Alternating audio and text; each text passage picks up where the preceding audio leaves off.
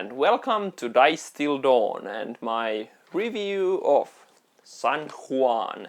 Actually the second edition. I finally got a copy. I've been looking for this for a few years. I got my copy last year and I've now played it a lot more. At first I didn't have time to play it, but now that I've played it a lot, I felt like I have to review this game. So this is basically a card game of Puerto Rico, the board game that many people know and one of the old-time legends, I guess, and has very similar things to Race for the Galaxy.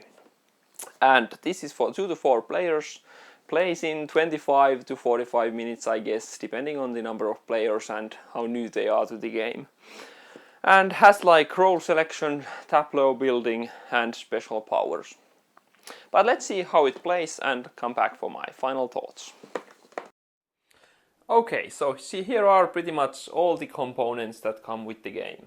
There's the deck of cards, and every player starts with an indigo plant on their table and they get 4 cards. And also these are the roles. The governor is actually the first player marker, and then there are 5 of the roles, and I will go through them soon. And then there's the market tiles, which tell you how valuable each good is during each trade. So there's the indigo, sugar, tobacco, coffee and silver. So you shuffle these and make a deck of them. So during a turn the first player begins and chooses one of the roles. And let's go through all the roles here. The first one is Counselor. The action is that each player draws 2 cards and chooses 1 to keep. So that means that that's just that. So they draw 2 and keep 1. But the one that chose the action can actually get the privilege. So that means that the counselor can draw an additional 3 cards. So in this case the guy that chose the counselor gets 5 cards and keeps 1 of them. But all of the players get some action from this. Okay, that's role 1. Then there's the builder. So that's how you actually get more of these on the table. So actually there's the cost is up here. You don't have to pay it during the setup, but after that. And here's the victory points in the end. So let's say I want to play tobacco storage, which is a production building that produces tobacco and is worth 2 victory points. The cost is 3.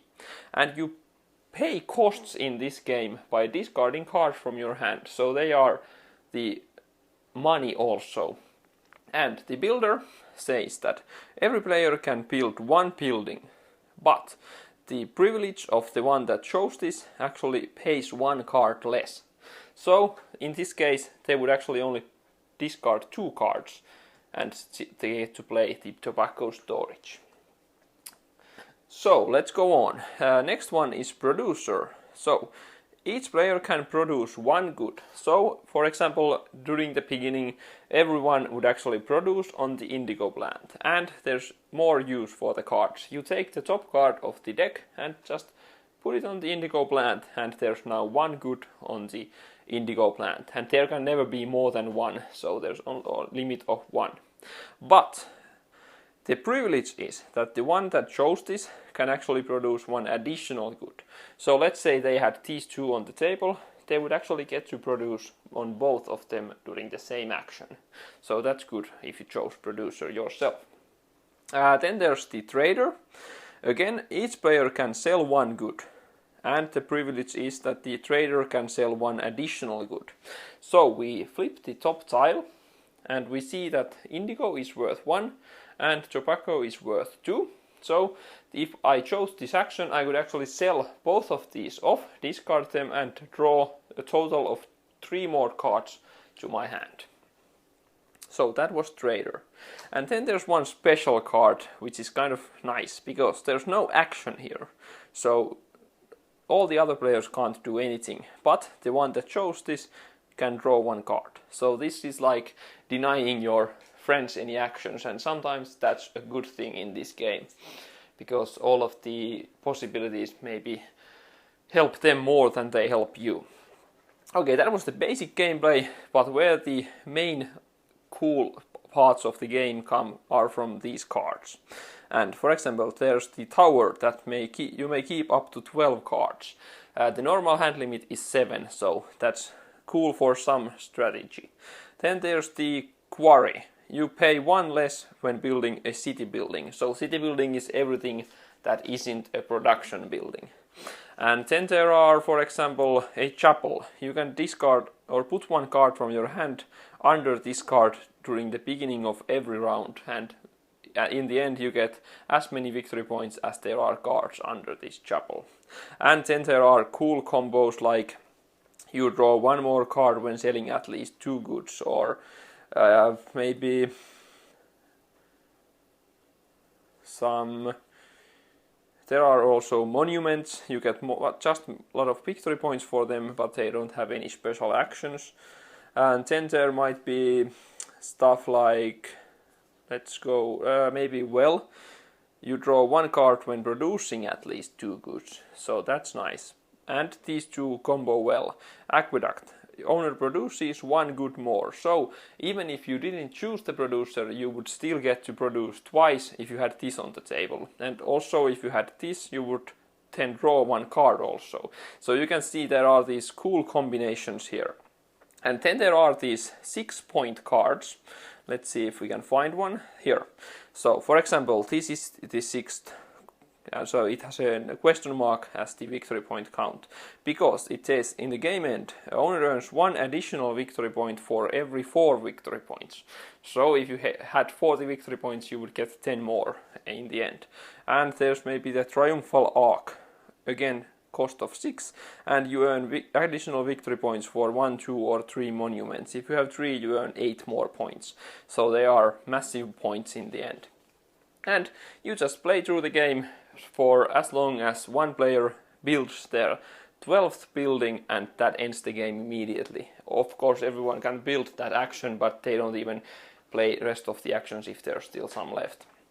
And then you can count your score on this score sheet that comes with the game and see who won. And you want to play it again immediately.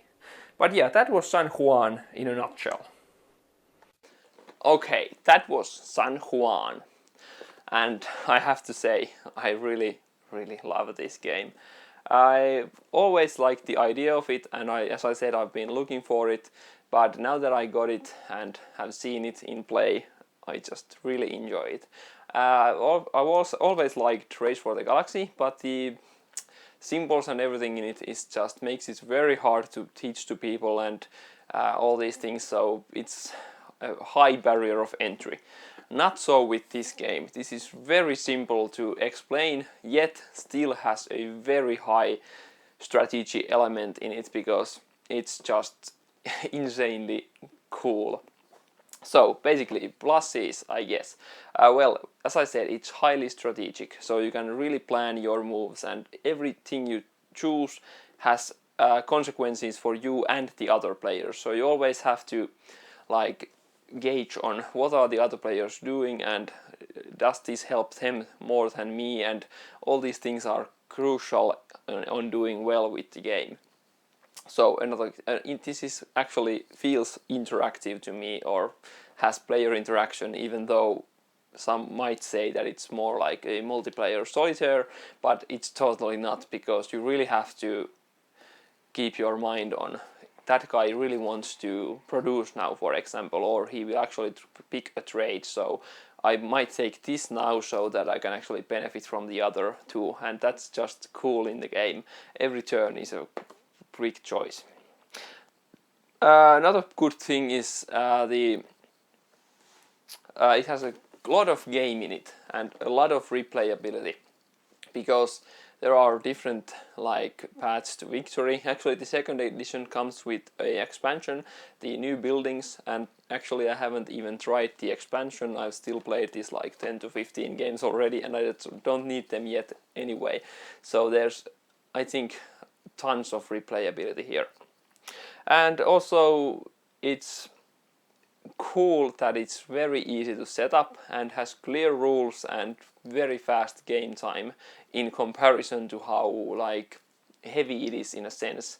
Well, it isn't heavy, but medium, I think, still, even though the decisions and the rules are very clear. I guess some negatives I can think of is that you should really know the deck before you play, or you will be crushed, so it isn't really beginner friendly in that sense. But again, you can actually learn most of the strategy in one game, and as the games are very quick, that's really not so big of a problem, I guess. And yeah, this is a game I would gladly take with me to like a vacation somewhere. You can actually only take the deck of cards with you and the tiles, and you are set to go. And I would gladly play these 50 games in some vacation or something like that, and I wouldn't be bored and still had very meaty decisions to do. So if you like special powers card games, easily portable card games, works great with 2 to 4 players, all these things, and pretty affordable also, I can highly recommend San Juan. Check it out.